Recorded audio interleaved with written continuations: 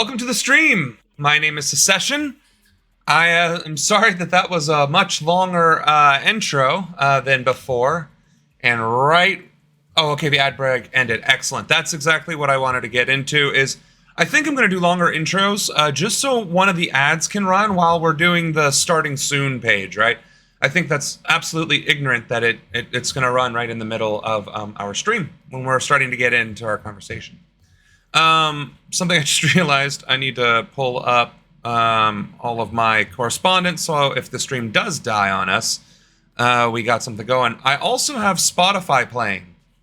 I've been having it play on loop in the background. It's very, very quiet, but it is outputting. So hopefully, even when I'm not speaking, it'll be playing just enough to where it won't cause the the stream to fall out.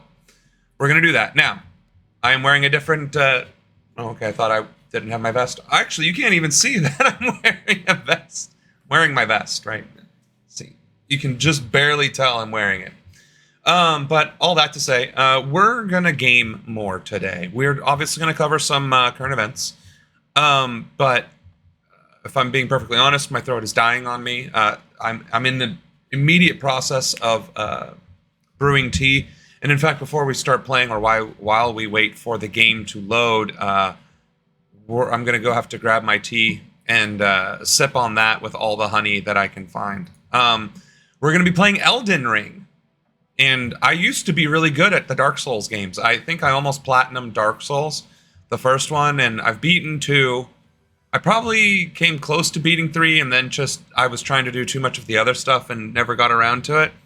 But I've been struggling at just the first boss with Elden Ring. We're going to start a new game, though, with the stream, for the stream, because I was playing Elden Ring for my own fun, right?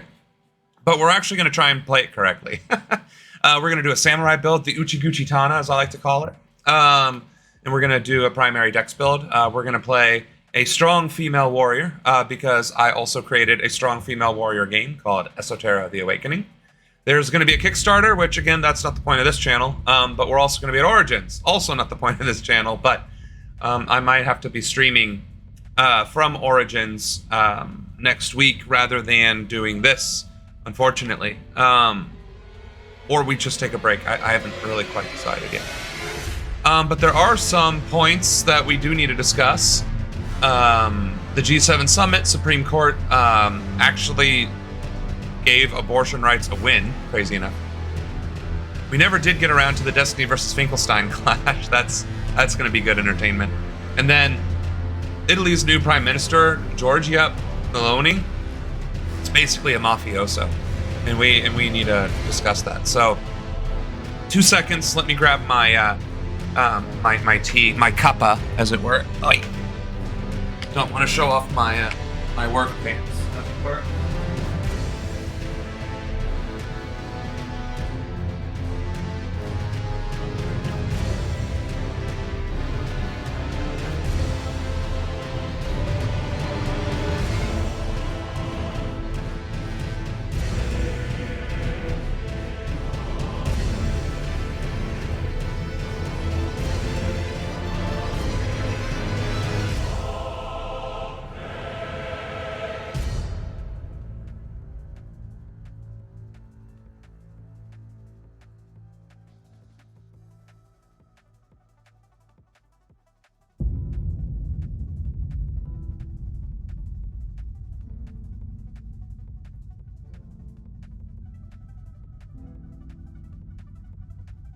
Alright, I'm back. Sorry about that.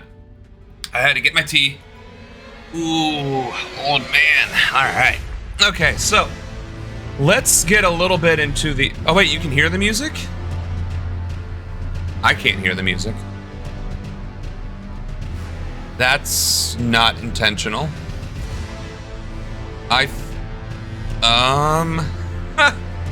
Whoops. Is it overpowering my voice? It is. That's unfortunate. Okay. Well, crap. Let's see. Microphone. We have the default speakers. There's Not much I can really do about that. Spotify. Oh my goodness, mistakes continue to be made. So I got the Pro out there.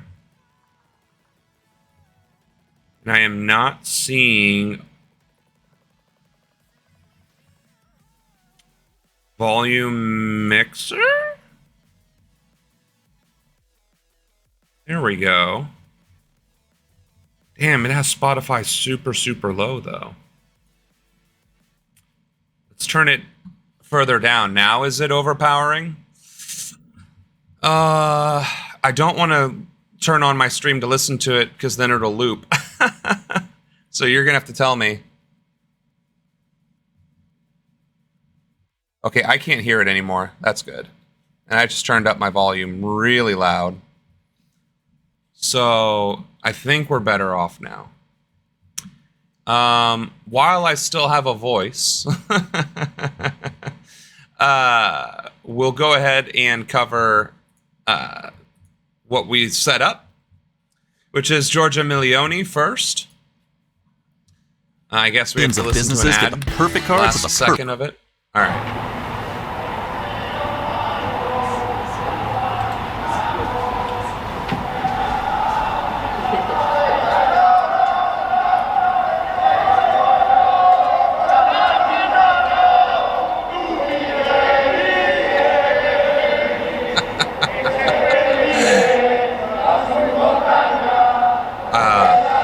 Dunque, buongiorno a tutti, grazie.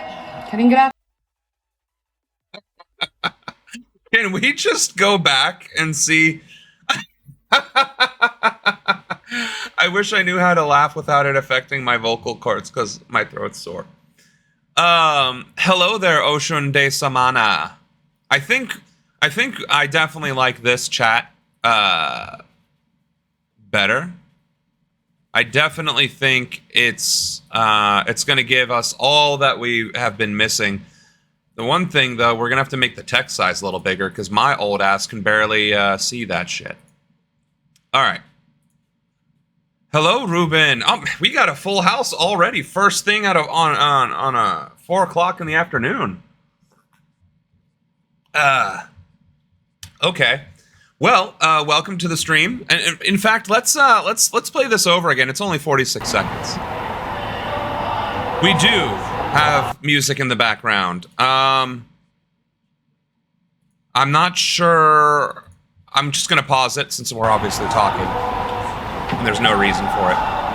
The idea was if I play music in the background, then my speakers won't go off and it won't disrupt the stream. But I apparently didn't balance it correctly. So, mea culpa.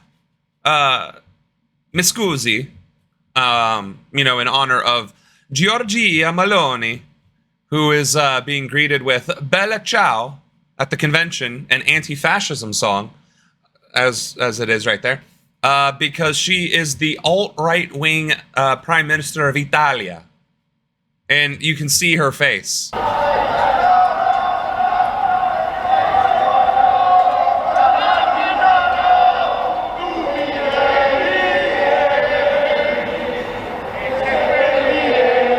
Is not thrilled. Dunque, buongiorno a tutti, grazie. Grazie. So that was a bit of fun. Giorgia Milioni, we need to do.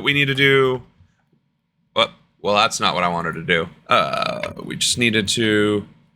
Milione speech.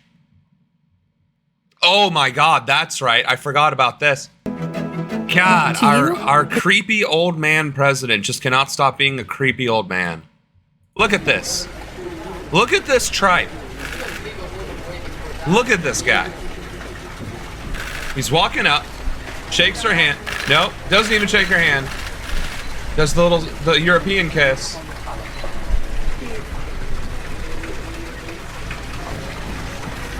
Look at him. He looks so confused. Oh, I thought he kissed her on the forehead in this one. He literally did, though. Like, that was a thing. It was very awkward for everyone.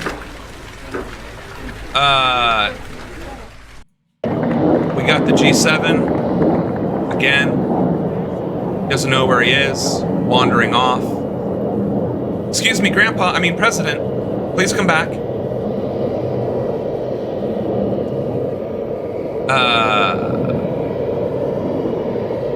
Look at that. They had to pull him back just so they could do the photo op. But what we really want to do is see the actual speech, not from 5 years ago. Certainly not from a year ago. What the hell?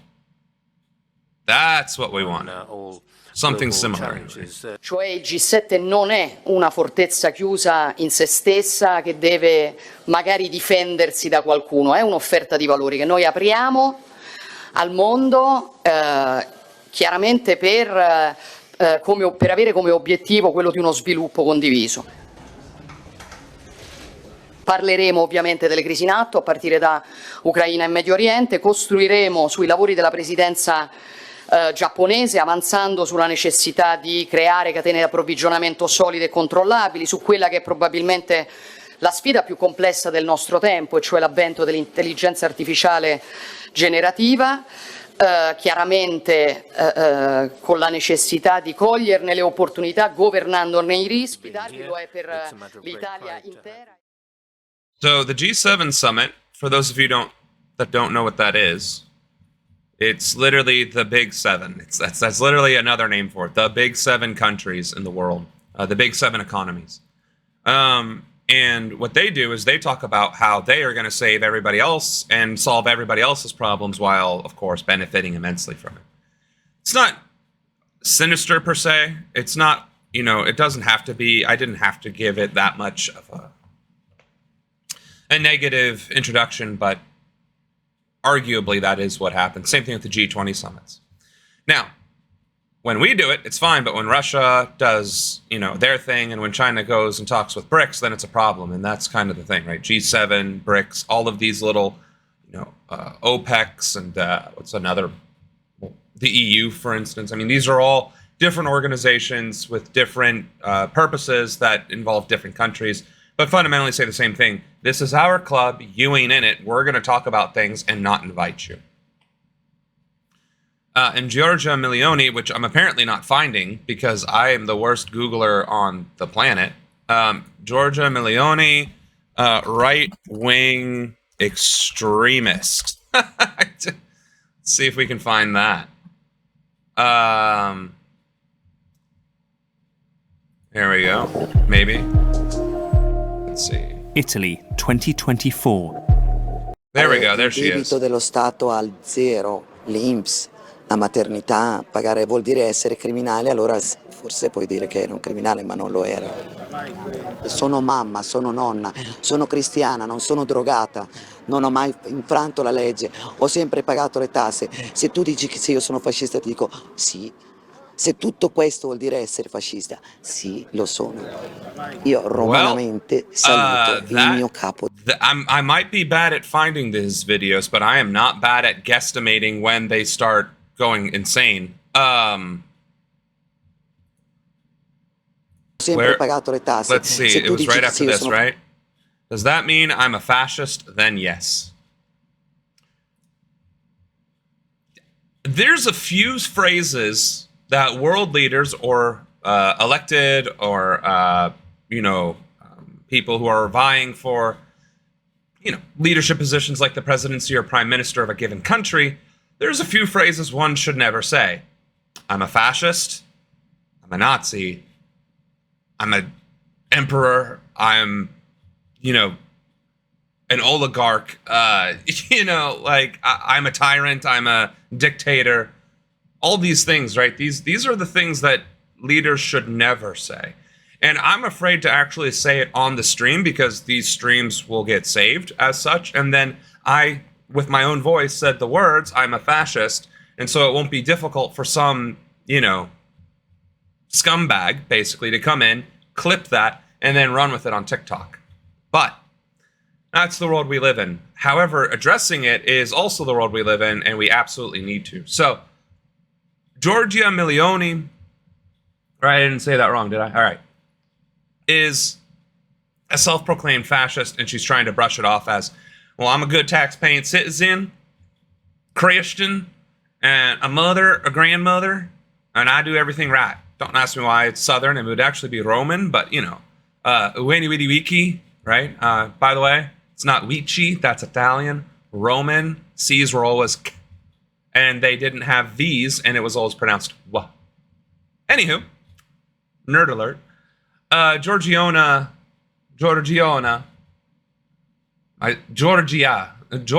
Milioni, there it is now the Italian prime minister, and she is live in interviews saying she's a fascist, and of course, a fascisti is the Italian word of it, and she's trying to say it's a part of the Roma Imperia, and that's also not, like, don't get me wrong, Rome, you know, once you're a white man in your mid to late 30s, you start really getting really into history, and it's either the Roman Empire or World War II, and in my case, it's the Roman Empire.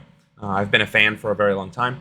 Obviously, I know the Roman Empire committed their own fair share of atrocities, but, you know, hey, we still have July and August as months, right? So they weren't so bad, right? Point is, Giorgia Milioni, as a world leader, who is now trying to bring up discussions about Palestine and Ukraine, is concerning at best, because if her own rhetoric is "I'm a fascist," then that's pretty disturbing. That'd be like if Angela Merkel, which I know she's not, well, she might not. I don't even know who the leader of Germany is at the moment. It's been a minute. But I know when Angelina Merkel was the prime minister of Germany, if she had said anything about Nazis and her affiliating with it, that would have been the line, the straw, the camel, and it would have been broken. So, very disturbing, very concerning, to say the least.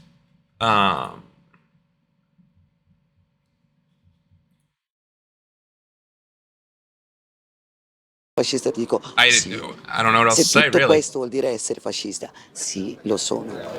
Io romanamente saluto il mio capo di Stato. And see, I salute. Oh, okay. Unico e solo capo Okay, I di thought Stato. she was talking about the Roman salute. made an important statement on the question It's a of foreign salute policy. deriving from ancient Rome, adopted by the fascists and passed on to the Nazis. Benito Mussolini, nicknamed Il Duce, or the leader, swept to power in 1922, beginning 2 decades of totalitarian rule, Like, she's marked going- by a brutal repression of opponents, concentration camps and invasions abroad. He came by armored train for the meeting with Senior Mussolini. Anti-Semitic laws persecuted Jews, worsening after Italy's wartime alliance with Hitler's Germany. Journey from Germany unless he wanted something. After the war, a neo-fascist party Literally was allowed to sipping form, tea. and figures from the Mussolini era filled state institutions. So that's a little just disturbing. This video is about why she's being compared to Mussolini, and yeah, that's exactly what it is. I can't click on. Oh my God! Can I click on this? What? If you want, That's wild.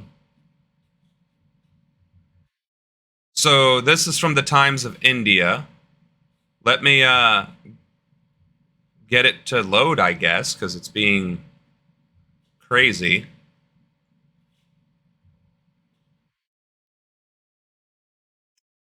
What's going on? if you were born before There we go. I'm 1971, gonna have to pause that. Wow, my internet is freaking out right now, and we have not even started. What the hell? Yikes. Okay. Let's thank you, Oshun, for giving us that link. are you trying to I figure have out no how idea you why my internet was freaking out. I literally could not copy and paste it. Let's see.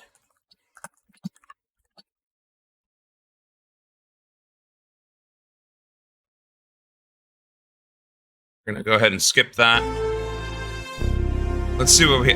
I'm gonna do a little less talking because I really need to not be. Io sono Giorgia, sono una donna, sono una madre, sono italiana, sono cristiana, non me lo toglierete!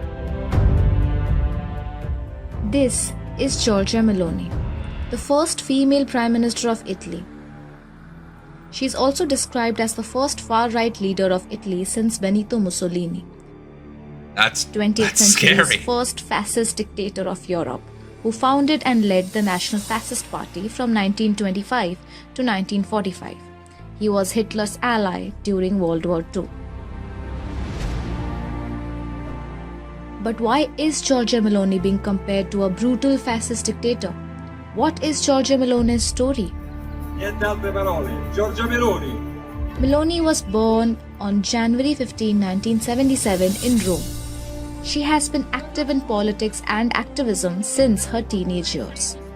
In 1992, Meloni joined the youth wing of neo-fascist political party called the Italian Social Movement.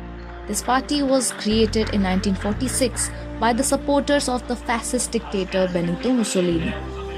She later became the national leader of National Alliance student movement.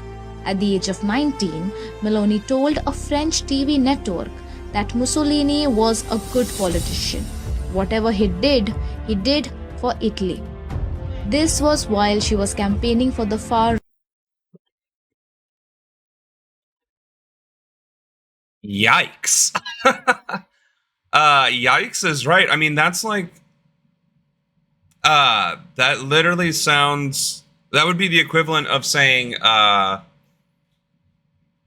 Nixon was a good politician because he got elected and was charismatic or whatever. Never mind Watergate. It's like saying Trump is a good politician because he's charismatic and creating zealots out of thin air. It's like saying Hitler's a good politician because he led Germany during World War II and created a bunch of social programs. Like, no. No. It's not how that works. She also makes headlines with her opposing discourse on homosexuals and gender identity. Zelensky, che voglio ringraziare. She has successfully lured the international allies with her solid pro-NATO approach and support for Ukraine, and enticed the Italian population with her anti-immigration and anti-LGBTQ views. Doesn't She that is sound also familiar? known for being anti-drugs and anti-abortion, although she insists that abortion should not be banned.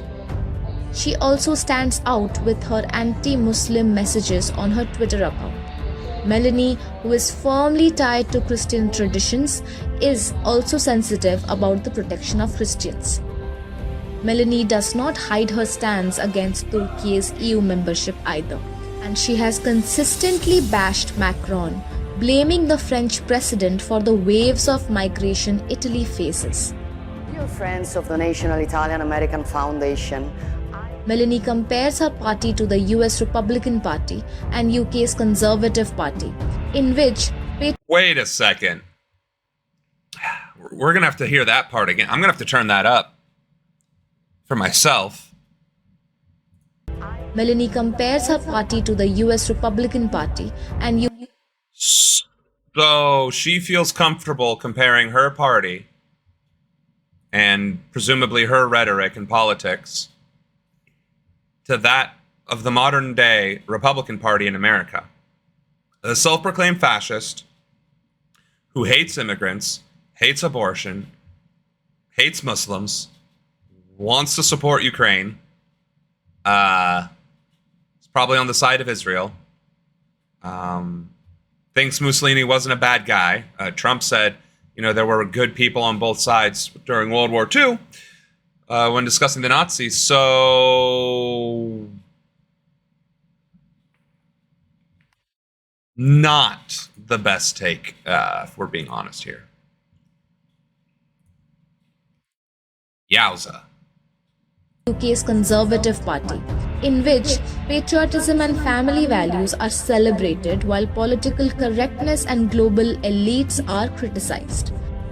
But Meloni still embraces an old slogan adopted by Mussolini's fascists: God, Lord. fatherland, and family. Giorgia Meloni's ascent in politics is not only a testament to her skill, but also a notable moment in Italian history. Her Excellency Miss Giorgia Meloni, Prime Minister Georgina of Italy. Meloni. Being the first female prime minister is a significant feat, further amplified as she emerges from the far-right political spectrum, a first since World War II. I firmly believe that there's a lot that we can do together, and I'm not sure if this will lead me to the approval rate that the Prime Minister Modi has reached. I think he's the most loved one of all around the world. But I mean, this has really proven that he has been a major leader, and congratulations for that, Prime Minister. From breaking news, detailed analysis. For breaking glass ceilings. First female prime minister, outstanding. First alt-right wing leader since Mussolini. That's that's not a glass ceiling that we should be wanting to break. And so yeah, with Italy apparently joining the ranks of the alt-right, that's pretty much full circle in a century, isn't it? Like literally full circle in a century. We've gone right back to fascism. We've gone right back to just the same powder keg situation and circumstances. The economy, society, culture, disparagement against minority groups, immigrants and brown people, and so on and so forth. Not good. Oh, sure, she gets a pass because she's the overseas darling of Team Red. Had Team Blue overseas said this, it'd be evil. Well, that's, I mean... Yeah, but also Team Blue, I don't think would have ever tried to compare themselves to Mussolini. I think that's kind of the problem. And I believe India's Modi is also a problematic leader. I don't know that off the top of my head, but I'm fairly certain that he was in the news as well recently for some questionable things. Let's see. We're going to make that font a little bit bigger too, because again, Grandpa's eyes cannot see that.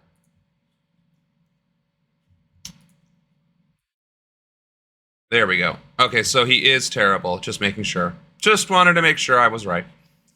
And that brings us to... actually, I don't remember now. So we had her. We had Biden being really creepy and weird. Next on the list is the Supreme Court. We should actually do that. That there can be some good stuff on there. Or no, what was I here? This was the React hour. Oh my God! What is this? Democracy Now! Democracy Now! What happened here? Why does chat look like that? And of course, I can't fix it because XSplit is now freezing on me. That's incredible. That's incredible. All right, we'll play it because I don't think me opening this up. I'm Mimi Goodman with Juan Gonzalez. We end today's show with a landmark ruling in a case that sought to hold a major U.S. corporation liable for its links to human rights abuses in another country. On Monday, we definitely need to get rid of that. A federal jury ordered Chiquita Brands International to pay over $38 million in damages to the families of 8 Colombian men who were killed by paramilitaries that Chiquita funded. The banana giant previously pleaded guilty to paying the far-right United... Hold on, I'm sorry. I thought I had all this taken care of, but you know me. I'm just Grandpa trying to figure out how to do Twitch streaming. I'm like the most boomer millennial on this earth right now, and it's kind of sad. Before I adjust things and probably make them worse again, she makes Margaret Thatcher look like a commie. So the Supreme Court overturned Roe v. Wade, then upholds the abortion pill. They are all over the place. I could not agree more. In fact, we're gonna expand that a little bit. There we go. And then let's see. We're going to build this.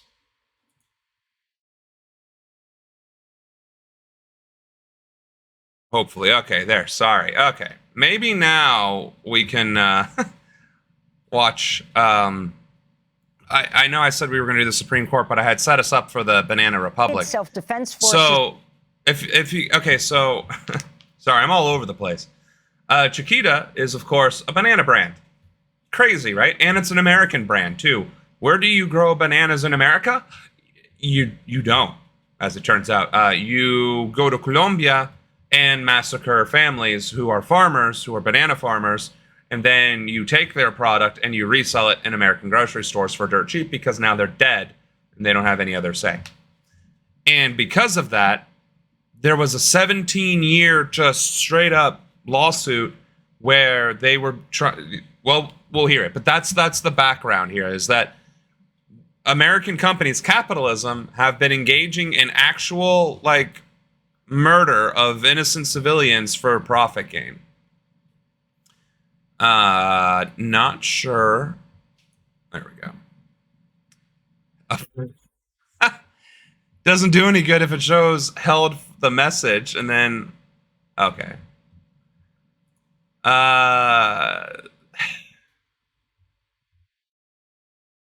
I think XSplit really makes it difficult to do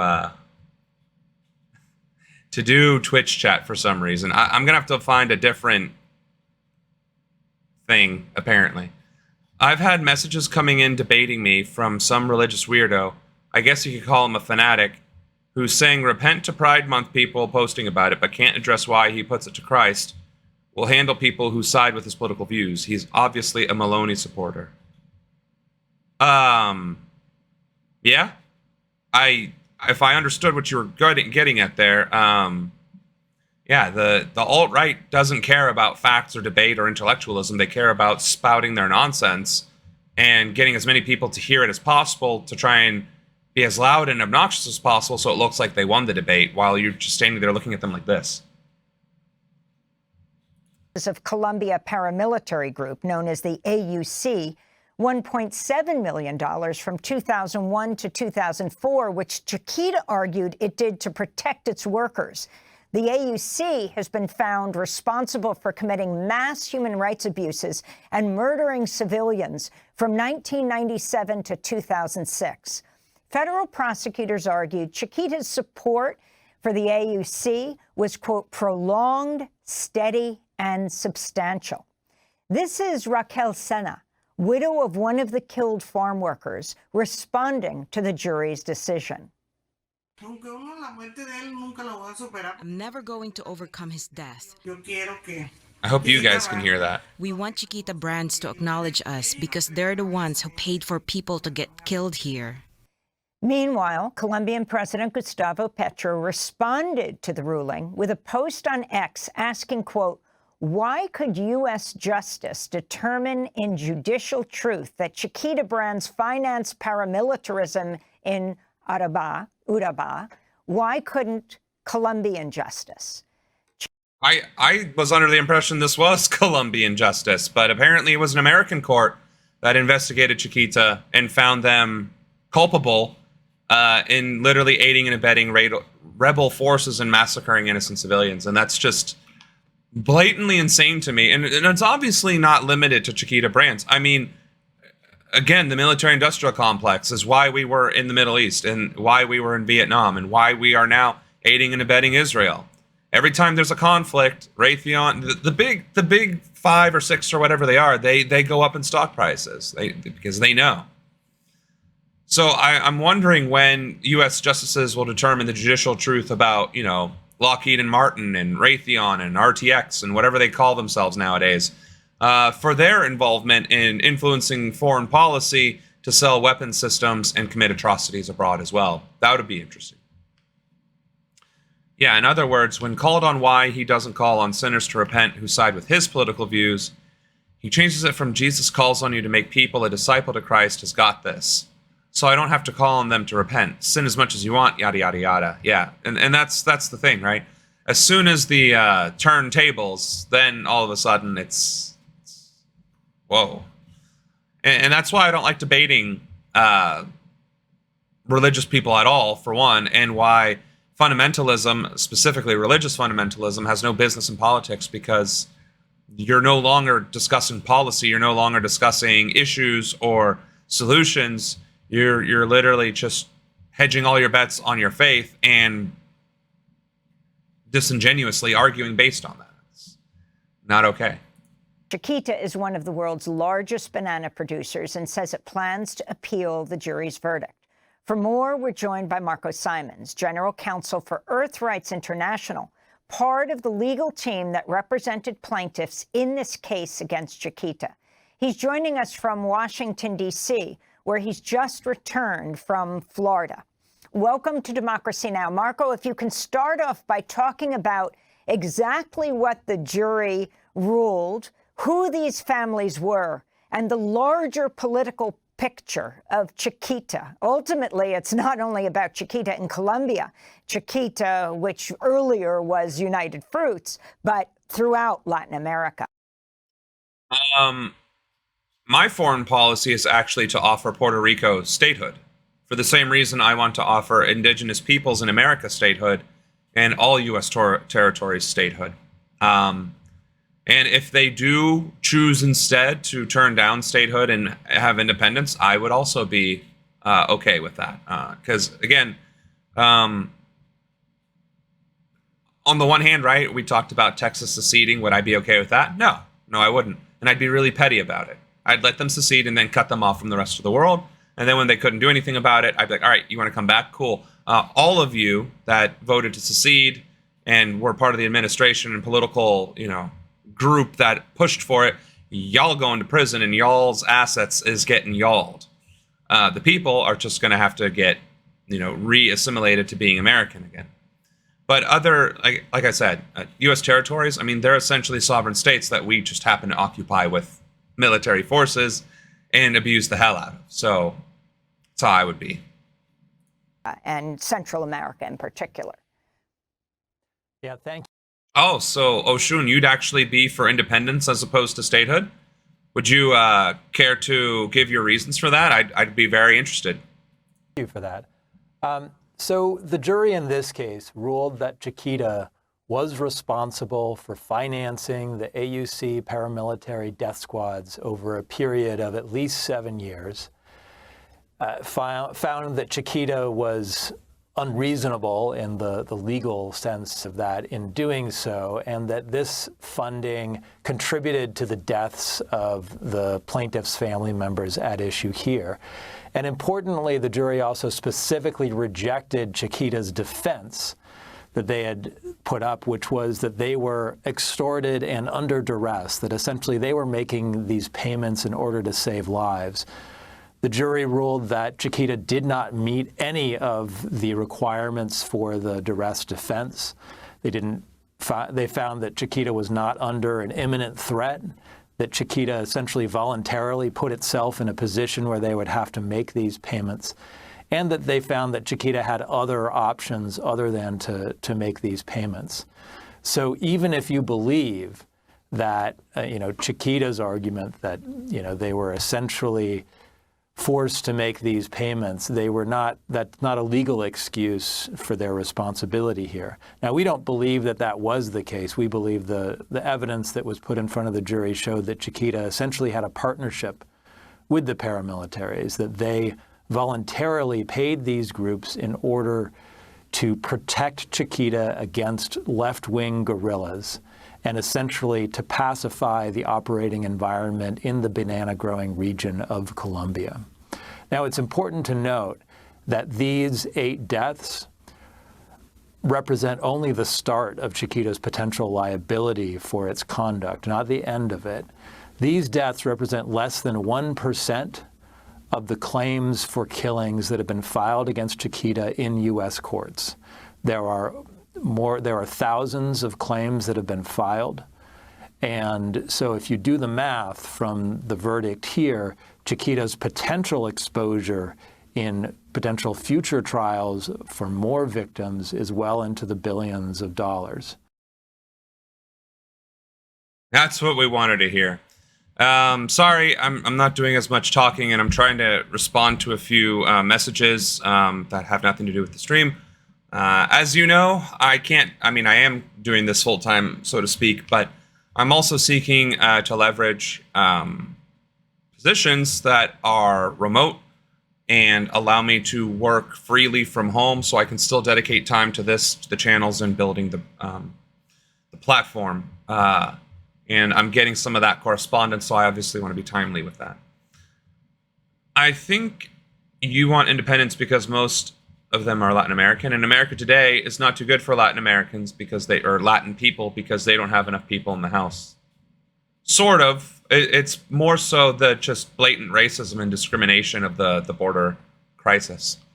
The snobbish tossing out supplies during a disaster did themselves no favors for no independence. Well, that was Trump being a bastard. That wasn't them just throwing away supplies. That may be a long discussion that we could do live someday, but the short answer is an MLK quote, "I fear I am integrating my people into a burning house." To be fair, I know you also have different views on, if the South should rise again, that we should just let them. So yeah, we won't get into that now. I apologize. I'm really gonna have to stop talking, apparently. But I think if we have a moral and ethical system in place that supports people and holds corporations accountable and holds politicians accountable, especially for dangerous, anti-Latinx rhetoric and stuff like that, I think you would be surprised just how open-armed the United States as a country could be. I want to bring back that whole melting pot idea. I want to bring back the idea that we are a nation of many coming together as one. And I think we are stronger when we have other cultures and other opinions and other views and walks of life working together for one common cause, improving the world that we live in, starting with our own country. So you're right. That could be something we do live one day, and you can fisticuffs me and I'll say why, as president, I think it's possible. May you want to give a holiday day for biggest day as a religion like Islam and the Jews. So again, when it comes to federal regulations and especially holidays, separation of church and state, right? So what I would actually rather do is, it's kind of cheeky, but make federal holidays, make enough federal holidays so that there is one federal holiday every single week, and that it rotates to be on a Friday, just to be that much more accessible. So that although my labor and tax reform policy integrates a 4 or 5 and a 3-day work week, I would effectively turn it into a 4-day work week regardless, with a paid day off on top of that. So I think that could be a pretty interesting way to solve that problem. Maybe that Friday happens to be good for Islamic tradition or good for Jewish tradition or Hindu or Buddhist tradition, and we can make it something similar. But yeah, to outright do, like, we shouldn't be recognizing Christmas as a country is honestly, if we're going to recognize that particular holiday, we need to call it Festivus or something along those lines that has no religious connotation, and just call it the winter celebration or whatnot. The fact that we are giving it Christmas and Christmas Eve is a problem. I find is an actual problem. Same thing with Easter and Good Friday, because those are religious holidays for one faith. And if we're not going to honor,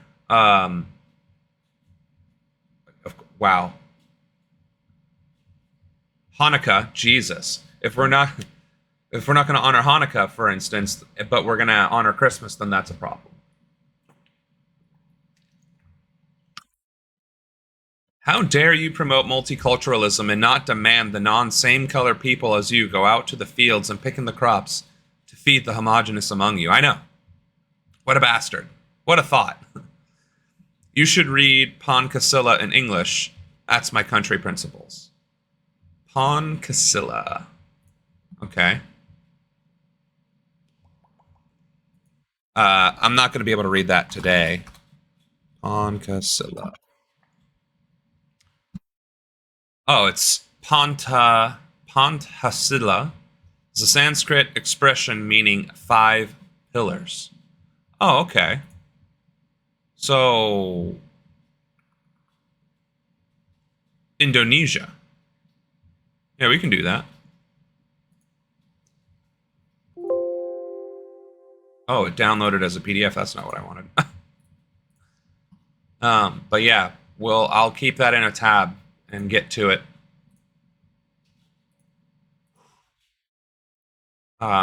Definitely not doing good right now, guys. So we think this is a tremendous victory. We're incredibly gratified for the jury's verdict and for their service here over 6 weeks of trial with more than 60 witnesses and thousands of pages of evidence. But this is only the start of the judicial reckoning for Chiquita. I would also say that, yeah, go ahead. I'm sorry, Marco, I wanted to ask you if you could talk about the original or the prior 2007 Chiquita Brand guilty plea to criminal charges that basically paved the way for this case?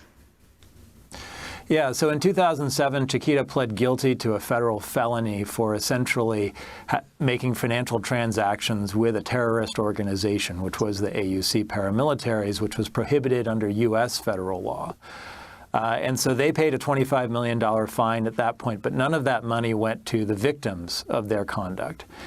Later that year, we filed suit, and for the past 17 years, we have been trying to get justice together with half a dozen different law firms who are also representing clients against Chiquita. And so this is the first step toward actually seeing that justice come to fruition. The federal prosecution of Chiquita was an important step in this process, but it's not necessarily the basis for these claims. The basis for the claims is Chiquita's conduct over more than 7 years during the Colombian armed conflict. That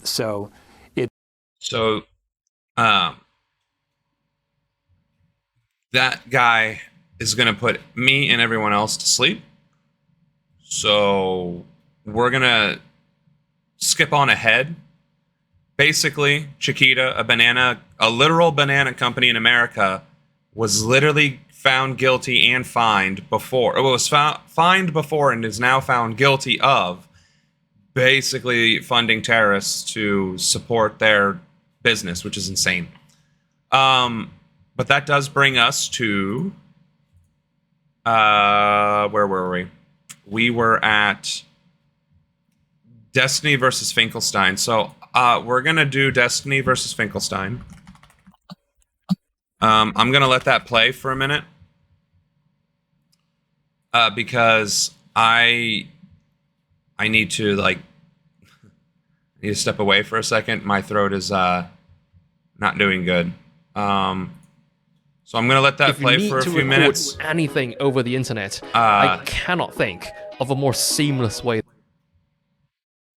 But I'm gonna have to step away for a second. The court is not asked at this present phase of the proceedings to determine whether South Africa's allegations of genocide are well-founded. They're not well-founded. They're not even well-founded. The court is. You said that plausible was a high standard. It is absolutely not. It is a misrepresentation of the strength of the case against Israel, just like the majority of the quotes they have in this case are. And also, you said it was an extremely well-founded case. They spend like 1/4 of all of the quotations, some even pulled from the Goldstone report, that try to that actually deal with the intent part. Mm-hmm. Which is, by the way, I think you guys, I don't know if you use the phrase the dolo specialis, that the intentional part of genocide. Sorry, I don't know that term. I think it's called dolo specialis. It is the most important part of genocide, which is proving it is a highly special intent to commit genocide. It's possible that Israel could. That's mens rea. No. The mens rea, yes, I understand the state of mind, but for genocide, it's called dolo specialis. It's a highly special intent. Did you read the case? Yeah. It is a highly special intent. I'm going to ask you again. Genocide. Yes. Please stop displaying your imbecility. Okay, I'm sorry if you think the Declaration of the College is imbecile. Don't put on public display that you're a moron. At least have the self-possession to shut up. Did I read the case? Putting my display on camera. If you're comfortable putting yours in books. Okay? I read the case around 4 times.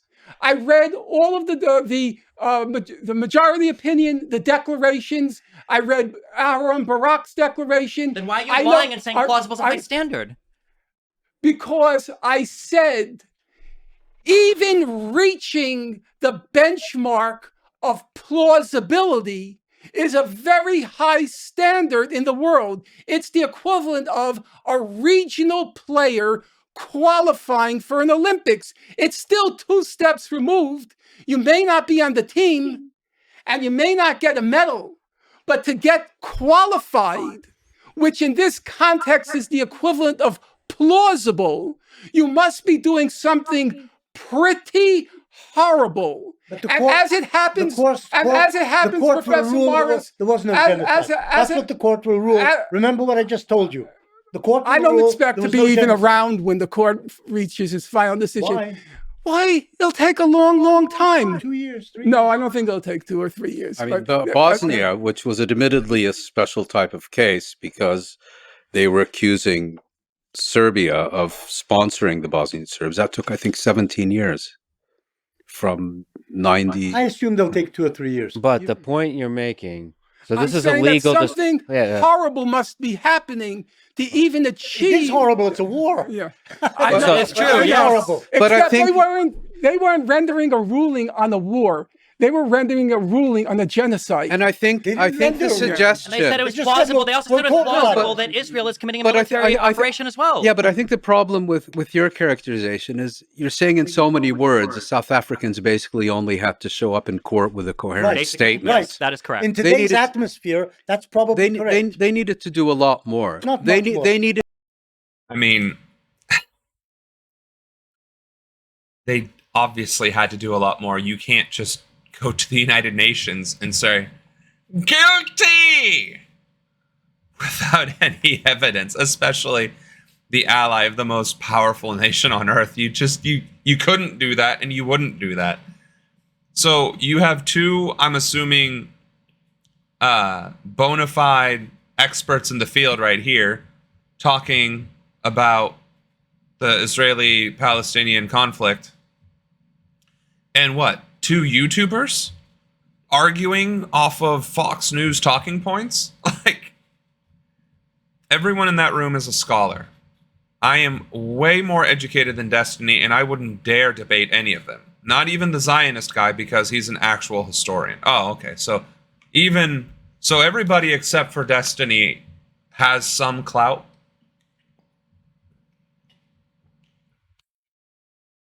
Yeah, they have to go back 2,500 years just to make some arguments. And Palestine was a country in existence at that time already anyway. So